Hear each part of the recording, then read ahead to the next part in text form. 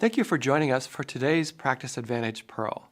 Today we're going to continue that journey talking about, with all the changes in healthcare, growing a practice incrementally over time from maybe one provider to 6 or 7 providers. Has the management structure really supported that? Have the staff that are doing the leadership supported that? You need to figure out, again, whether or not that is an important focus for the practice and really hindering it from its potential for the future. Given healthcare reform, we know we're going to have to watch things much more carefully. On the expense side, the challenges to grow revenue are going to be important as well. So if you've got the right focus, the physician is doing what? The providers are doing what? They're seeing the patients, they're doing the procedures, and they're creating the revenue stream for the practice. On the other side, if you've got an office management team, what are they tasked with?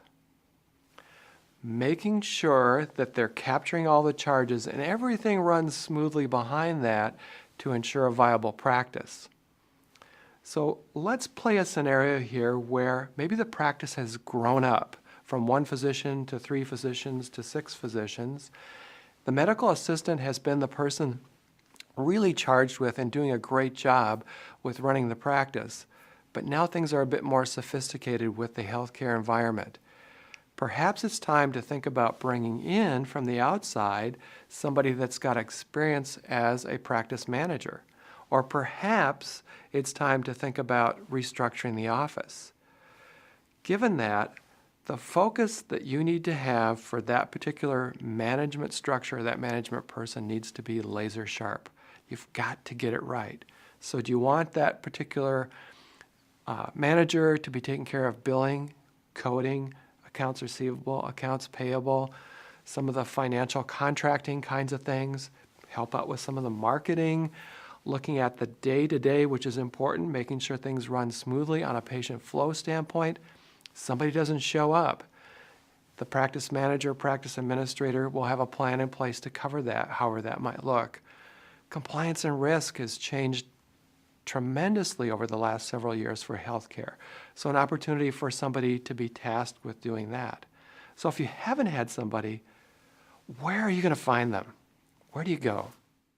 Some of the resources that are out there include professional management organizations like Medical Group Management Association, MGMA, Professional Association of Healthcare Office Managers, PACOM.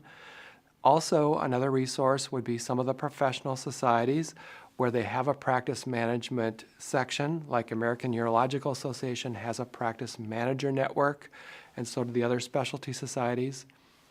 Don't forget about networking with your colleague.